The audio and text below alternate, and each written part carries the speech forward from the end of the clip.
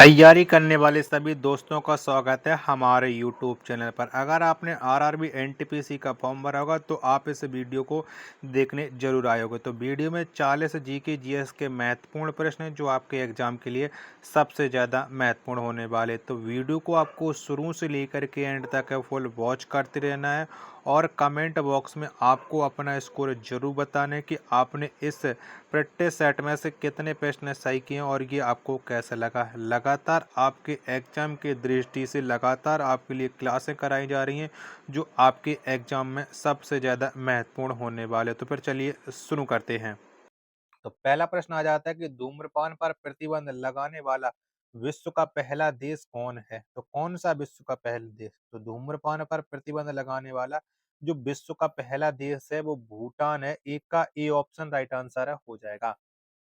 दूसरा प्रश्न आ जाता है गोल्ड पर्वत कहाँ स्थित है। तो कौन से देश में ये गोल्ड पर्वत है? तो गोल्ड पर्वत ये अमेरिका में है। सी ऑप्शन राइट आंसर है हो जाएगा।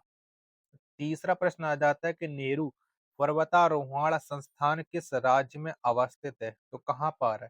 तो नेहरू पर्वतारोहण जो संस्थान है ये उत्तराखंड में है। तीन का बी ऑप्शन देने वाले सभी लोगों का करेक्ट आंसर है हो जाएगा।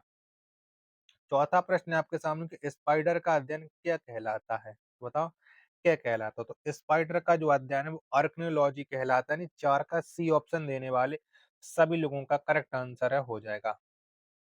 पांचवा प्रश्न कि पहला यूआईडी कार्ड किस राज्य में जारी किया गया। तो कौन से राज्य में जारी किया गया? तो ये सबसे पहले जारी किया गया था महाराष्ट्र राज्य में।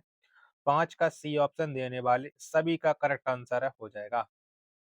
छठवां प्रश्न है कि हवाई द्वीप की खोज किसने की थी।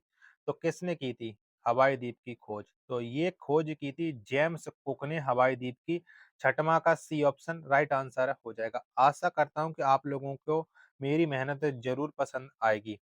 सातवां प्रश्न है कि विश्व प्रसिद्ध उलंग चाय कहाँ पैदा की जाती है। तो बताओ कौन से देश में उलंग चाय को पैदा किया जाता है। तो उलंग चाय ये ताइवान में पैदा की जाती है। सात का ए ऑप्शन राइट आंसर है हो जाएगा। आठवां प्रश्न है आपके सामने कि सबसे पहले क्षेत्रीय ग्रामीण बैंक की स्थापना कब की गई थी। तो कब हुई थी? तो सबसे पहले क्षेत्रीय ग्रामीण बैंक की जो स्थापना है वो 1975 में की गई थी। आठ का सी ऑप्शन राइट आंसर है हो जाएगा। नौवां प्रश्न है आपके सामने कि मनी प्लांट किस भारतीय बैंक का एटीएम नेटवर्क है। तो ये किसका है? तो मनी प्लांट जो एटीएम नेटवर्क है वो कर्नाटका बैंक का है। नौ का डी ऑप्शन राइट आंसर है हो जाएगा। चलिएगा, 10वां प्रश्न आ जाता है कि राष्ट्रीय कृषि बीमा योजना कब लागू हुई थी। तो कब हुई थी? तो राष्ट्रीय कृषि बीमा योजना ये जो लागू हुई थी वो 1999 में हुई थी। 10 का सी ऑप्शन है वो राइट आंसर हो जाएगा। 11वां प्रश्न आ जाता है कि बिंग पुश थ्योरी किसने दी थी। तो बताओ ये थ्योरी किसने दी थी। तो बिंग पुश थ्योरी ये दी थी आर रॉन्डन ने। 11 का ए ऑप्शन राइट आंसर है हो जाएगा। 12वां प्रश्न आ जाता है कि इंडियन एसोसिएशन का कार्यालय और इंडियन एसोसिएशन का कांग्रेस में विलय कब हुआ था। तो इसका जो विलय वो 1886 में हो गया था। 12 का डी ऑप्शन राइट आंसर हो जाएगा। 13वां प्रश्न आ जाता है कि ब्रेक डाउन प्लान किससे संबंधित था। बताओ कौन से वायसराय या कौन से गवर्नर जनरल से ब्रेक डाउन प्लान संबंधित था। तो इसका संबंध था लॉर्ड बेवेल से। 13 का बी ऑप्शन राइट आंसर हो जाएगा। 14वां प्रश्न है कि बहावी आंदोलन के प्रणेता कौन थे। तो इसका आंसर आपको बताना है। इसके आंसर आप लोग देख लीजिएगा। प्रश्न संख्या 14 का राइट आंसर क्या हो जाएगा। चारों आंसर आपकी स्क्रीन पर शो रहा है। तो बहावी आंदोलन के जो प्रणेता थे वो सैयद अहमद वारेलवी थे। यानी 14 का बी ऑप्शन राइट आंसर हो जाएगा। 15वां प्रश्न आ जाता है आपके सामने कि सफेद फास्फोरस को कहाँ संरक्षित कर रखा जाता है। तो किस में रखा जाता है? तो सफेद फास्फोरस को मिट्टी के तेल में रखा जाता है। नहीं, 15 का ए ऑप्शन है राइट आंसर है हो जाएगा। 16वां प्रश्न है आपके सामने कि द रिडिस्कवरी ऑफ इंडिया पुस्तक को किसने लिखा।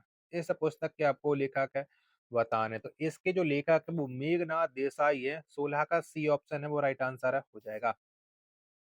चलिएगा, अगला प्रश्न है प्रश्न संख्या 17 आपके सामने कि राज्य का निम्न सदन किसको कहा जाता है।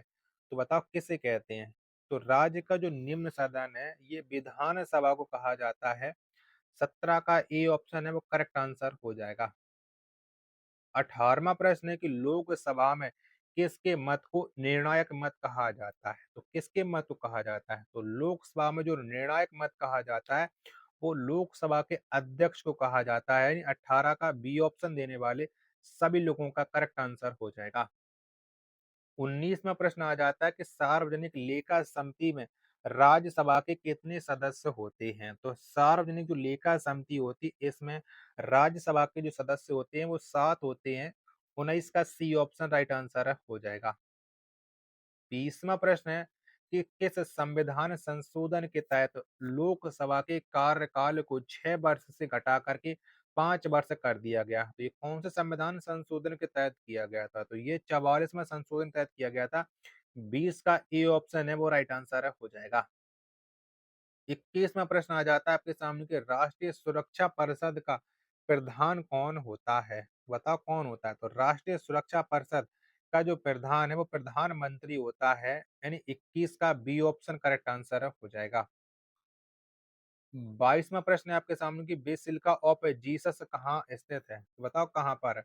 तो बेसिलिका ऑफ जीसस ये स्थित है गोवा में। 22 का ए ऑप्शन करेक्ट आंसर है हो जाएगा। 23वां प्रश्न आ जाता है कि ईमेल के खोजकर्ता कौन है? तो बताओ कौन है? तो ईमेल के जो खोजकर्ता हैं वो शिवा अब्दुर्रैया हैं। यानी 23 का सी ऑप्शन राइट आंसर है हो जाएगा। 24वां प्रश्न आ जाता है कि दुबई की मुद्रा क्या है? तो बताओ कौन सी है? तो दुबई की जो मुद्रा है वो दिरहम है। यानी 24 का बी ऑप्शन है वो करेक्ट आंसर है हो जाएगा। चलिएगा 25वां प्रश्न है आपके सामने कि लॉस्ट चाइल्ड के लेखक कौन है? तो बताओ कौन है इस लॉस्ट चाइल्ड के लेखक? तो इसके जो लेखक हैं वो मुल्क राज आनंद है। 25 का ए ऑप्शन है वो राइट आंसर हो जाएगा। चलिएगा अगला प्रश्न है प्रश्न संख्या 26 से आपके सामने खिलाड़ी माइकल सुभाकर किस देश के हैं? तो बताओ माइकल सुभाकर का संबंध वो कौन से देश से है? तो ये जर्मनी के रहने वाले हैं। 26 का सी ऑप्शन करेक्ट आंसर हो जाएगा। 27वां प्रश्न है कि दूरी के साथ स्थान परिवर्तन क्या कहलाता है? बताओ क्या कहलाता है ये आपको बताना है। 27 के आप लोग ऑप्शन देख लीजिएगा, इसके बाद आपको पता चल जाएगा। तो ये क्या कहलाता है? तो ये कहलाता है विस्थापन। सी ऑप्शन राइट आंसर हो जाएगा। चलिएगा 28वां प्रश्न है आपके सामने कि आर्थिक उदारीकरण का जनक किसे कहा जाता है? तो बताओ किसे बोलते हैं? तो आर्थिक उदारीकरण का जो जनक है वो डॉक्टर मनमोहन सिंह को कहा जाता है। 28 का सी ऑप्शन है वो राइट आंसर है हो जाएगा। 29वां प्रश्न है कि भूमध्य सागर की सीमा कितने महाद्वीपों को छूती है? तो कितने महाद्वीपों को छूती है? तो भूमध्य सागर की जो सीमा है वो 3 महाद्वीपों को छूती है। 29 का सी ऑप्शन राइट आंसर हो जाएगा। अगला प्रश्न प्रश्न संख्या 30 है आपके सामने कि बहिष्कृत भारत पत्रिका को किसने प्रारंभ किया था? तो बताओ किसके द्वारा ये प्रारंभ की गई थी? तो बहिष्कृत पत्रिका इसने जो प्रारंभ किया था वो डॉक्टर भीमराव अम्बेडकर ने किया था। 30 का ए ऑप्शन है वो राइट आंसर है हो जाएगा। 31वां प्रश्न आ जाता है कि चंद्रप्रभा राष्ट्रीय वन्य प्राणी अभ्यारण्य किस राज्य में स्थित है? तो ये जो स्थित है वो उत्तर प्रदेश में है। 31 का बी ऑप्शन राइट आंसर हो जाएगा। 32वां प्रश्न आ जाता है कि महमूद गजनबी ने भारत पर अंतिम आक्रमण किस वर्ष किया था? तो कब किया था? तो महमूद गजनबी ने भारत पर जो अंतिम आक्रमण किया था वो 1027 ईस्वी में किया था। 32 का बी ऑप्शन करेक्ट आंसर है हो जाएगा। 33वां प्रश्न आ जाता है आपके सामने कि व्यावसायिक कर किसके द्वारा लगाया जाता है? तो बताओ किसके द्वारा लगाया जाता है? तो व्यावसायिक कर है ये राज्य सरकार के द्वारा लगाया जाता है। 33 का ए ऑप्शन है वो राइट आंसर है हो जाएगा। चलिएगा अगला प्रश्न संख्या 34 से आपके सामने कि आवर्त सारणी का पहला तत्व कौन है? तो बताओ कौन सा है? तो आवर्त सारणी का जो पहला तत्व है वो हाइड्रोजन है। 34 का बी ऑप्शन राइट आंसर है हो जाएगा। 35वां प्रश्न आ जाता है कि देश का पहला वस्त्र पार्क कहाँ स्थापित किया गया था? तो बताओ कहाँ पर किया गया था? तो देश का जो पहला वस्त्र पार्क है, इसे स्थापित किया गया था बेंगलुरु में। यानी 35 का डी ऑप्शन है वो राइट आंसर हो जाएगा।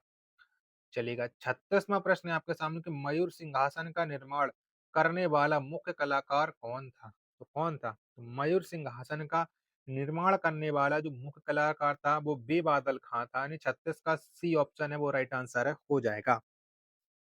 अगला प्रश्न संख्या 37 है आपके सामने कि विधान परिषद की कुल संख्या का कितना भाग विधानसभा से चुनकर आता है? तो कितना भाग आता है? तो विधान परिषद की कुल संख्या का 1/3 भाग विधानसभा से चुनकर के आता है। 37 का बी ऑप्शन राइट आंसर हो जाएगा। 38वां प्रश्न है आपके सामने कि भारतीय संविधान के किस अनुच्छेद में धन विधेयक परिभाषित है? तो बताइए कौन से अनुच्छेद में? तो धन विधेयक को अनुच्छेद संख्या 110 में बताया गया है। 38 का बी ऑप्शन राइट आंसर हो जाएगा। आशा करता हूँ कि आपको ये वीडियो ज़रूर पसंद आ रही होगी, तो प्लीज़ वीडियो को लाइक कीजिएगा। चैनल को अभी तक आप लोगों ने सब्सक्राइब नहीं कर रखा होगा, तो चैनल को आप लोग ज़रूर सब्सक्राइब कर लीजिएगा। मिलते हैं फिर अपने एक और नेक्स्ट वीडियो के साथ, तब तक के लिए धन्यवाद। जय हिंद, वंदे मातरम।